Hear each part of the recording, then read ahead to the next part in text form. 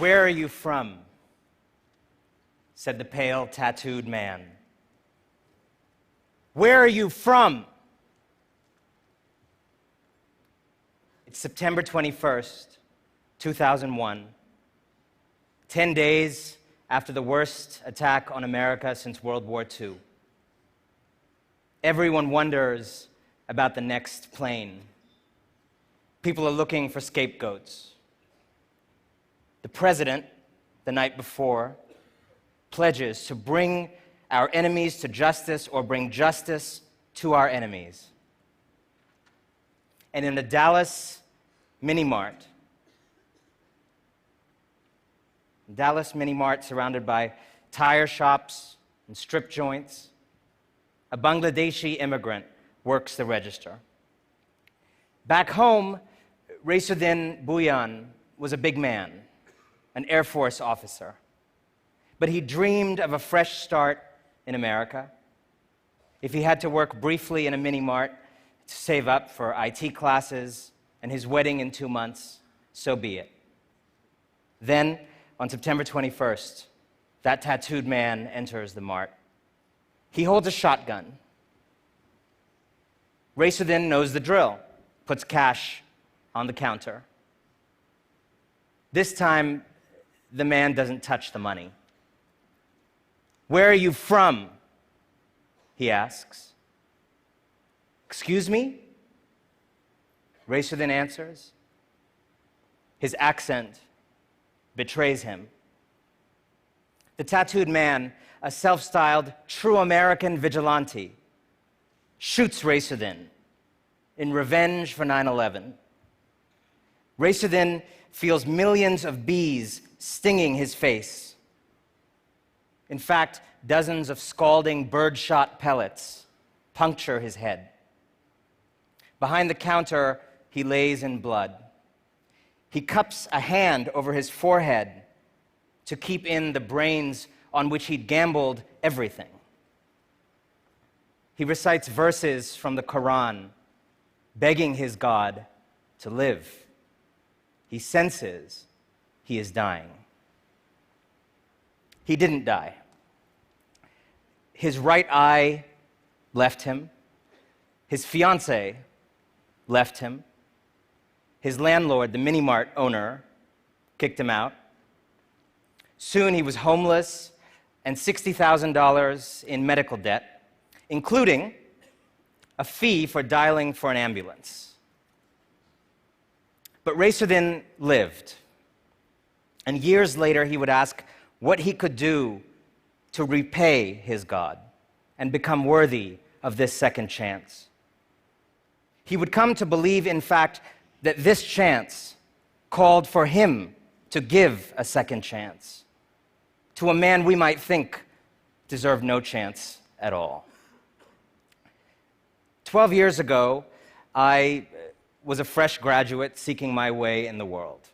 Born in Ohio to Indian immigrants, I settled on the ultimate rebellion against my parents, moving to the country they had worked so damn hard to get out of.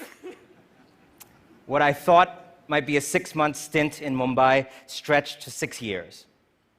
I became a writer and found myself amid a magical story, the awakening of hope across much of the so-called third world. 6 years ago, I returned to America and realized something. The American dream was thriving, but only in India. In America, not so much. In fact, I observed that America was fracturing into two distinct societies, a republic of dreams and a republic of fears. And then I stumbled onto this incredible tale of two lives and of these two Americas that brutally collided in that Dallas mini-mart. I knew at once I wanted to learn more, and eventually that I would write a book about them, for their story was the story of America's fracturing and of how it might be put back together.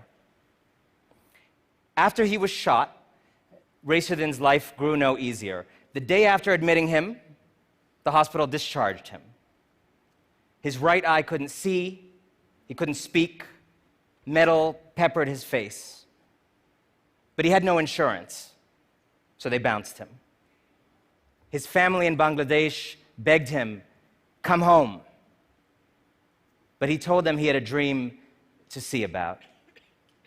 He found telemarketing work. Then he became an Olive Garden waiter, because where better to get over his fear of white people than the Olive Garden?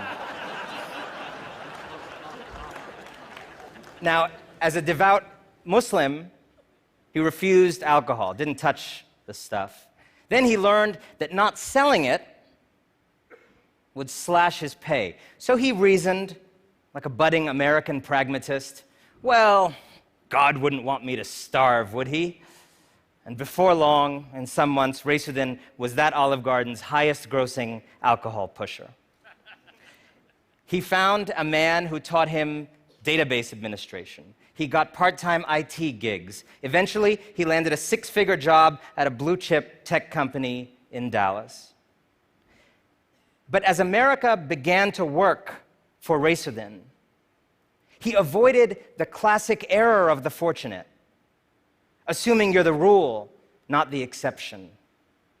In fact, he observed that many with the fortune of being born American were nonetheless trapped in lives that made second chances like his impossible. He saw it at the Olive Garden itself, where so many of his colleagues had childhood horror stories of family dysfunction, chaos, addiction, crime. He'd heard a similar tale about the man who shot him back when he attended his trial. The closer Raisuddin got to the America he had coveted from afar, the more he realized there was another, equally real America that was stingier with second chances. The man who shot Raisuddin grew up in that stingier America. From a distance, Mark Stroman was always the spark of parties, always making girls feel pretty, always working, no matter what drugs or fights he'd had the night before. But he'd always wrestled with demons. He entered the world through the three gateways that doom so many young American men: bad parents, bad schools, bad prisons. His mother told him regretfully as a boy that she'd been just $50 short of aborting him. Sometimes that little boy would be at school. He'd suddenly pull a knife on his fellow classmates. Sometimes that same little boy would be at his grandparents', tenderly feeding horses. He was getting arrested before he shaved, first juvenile, then prison. He became a casual white supremacist, and like so many around him, a drug-addled and absent father. And then, before long, he found himself on death row. For in his 2001 counter-jihad, he had shot not one mini-mart clerk, but three. Only Raisuddin survived. Strangely, death row was the first institution that left Stroman better. His old influences quit him. The people entering his life were virtuous and caring: pastors, journalists, European pen pals.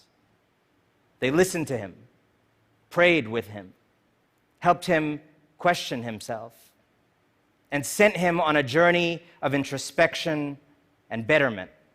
He finally faced the hatred that had defined his life.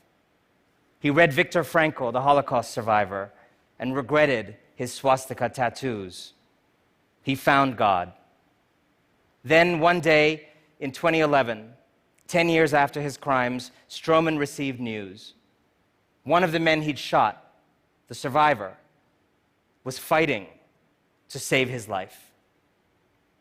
You see, late in 2009, 8 years after that shooting, Raisuddin had gone on his own journey, a pilgrimage to Mecca. Amid its crowds, he felt immense gratitude, but also duty. He recalled promising God as he lay dying in 2001 that if he lived, he would serve humanity all his days. Then he'd gotten busy relaying the bricks of a life.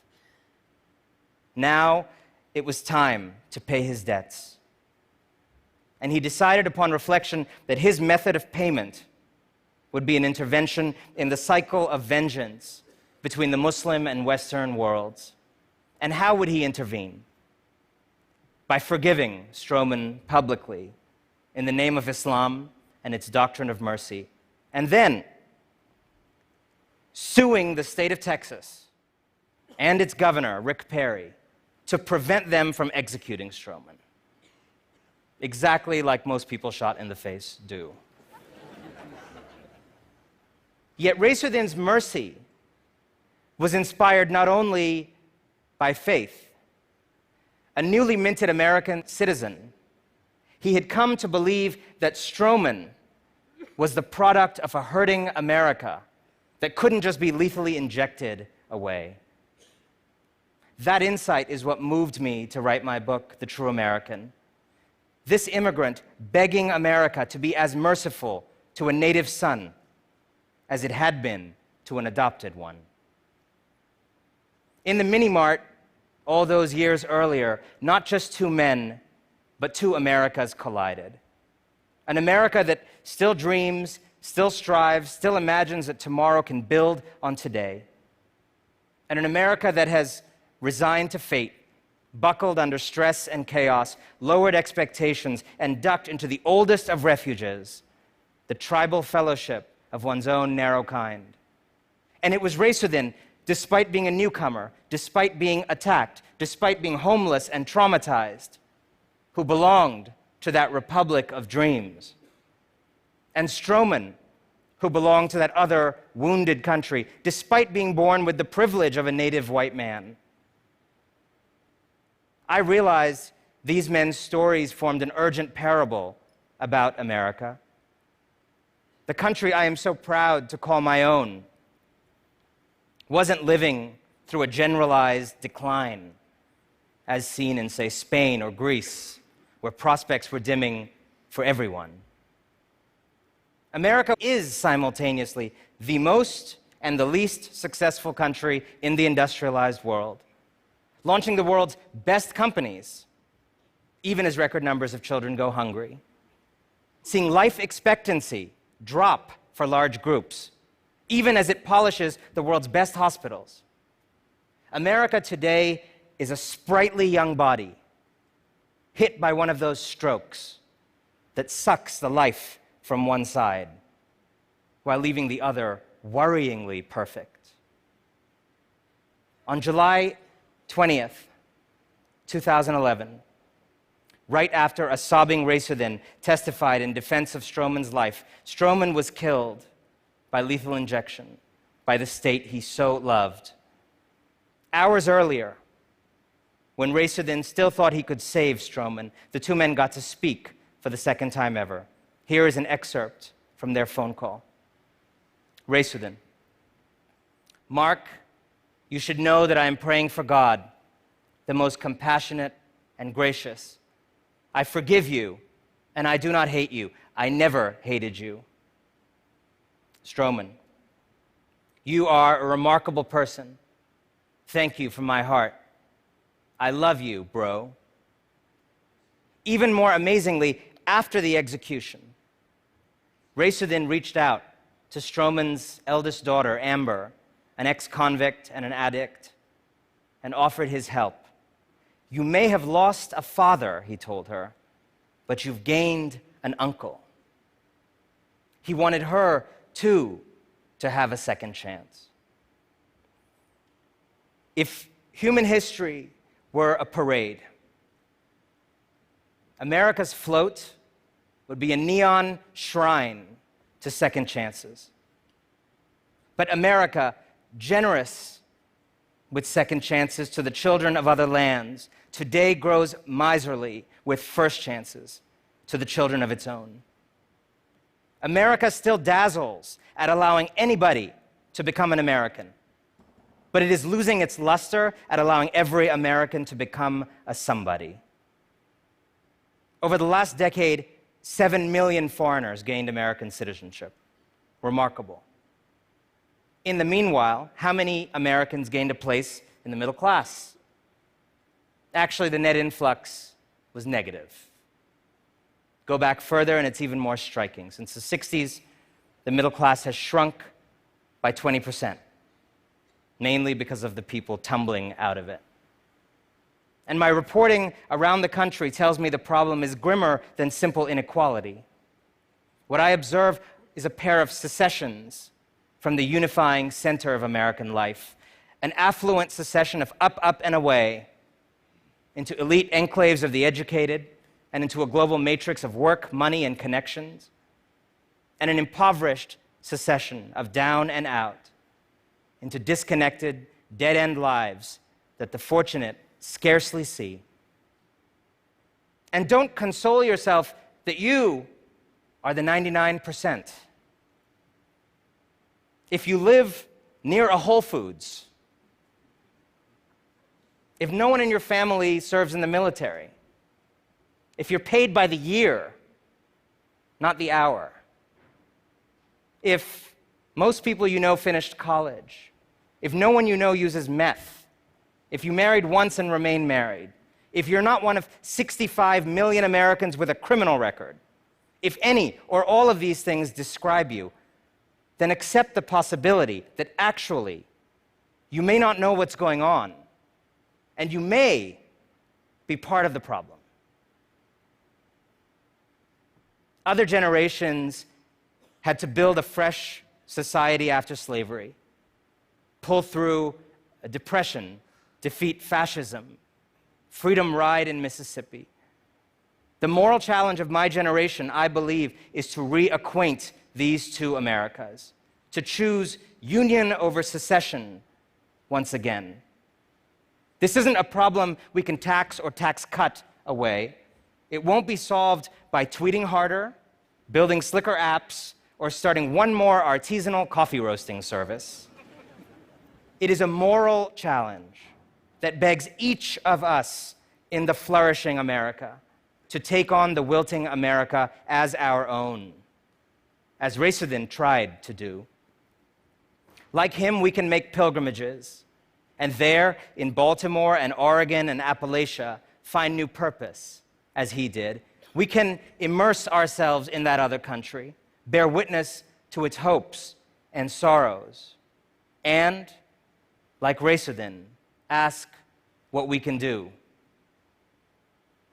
What can you do? What can you do? What can we do? How might we build a more merciful country? We, the greatest inventors in the world, can invent solutions to the problems of that America, not only our own. We, the writers and the journalists, can cover that America's stories instead of shutting down bureaus in its midst. We can finance that America's ideas instead of ideas from New York and San Francisco. We can put our stethoscopes to its backs, teach there, go to court there, make there, live there, pray there. This, I believe, is the calling of a generation. An America whose two halves learn again to stride, to plow, to forge, to dare together. A republic of chances, rewoven, renewed, begins with us. Thank you.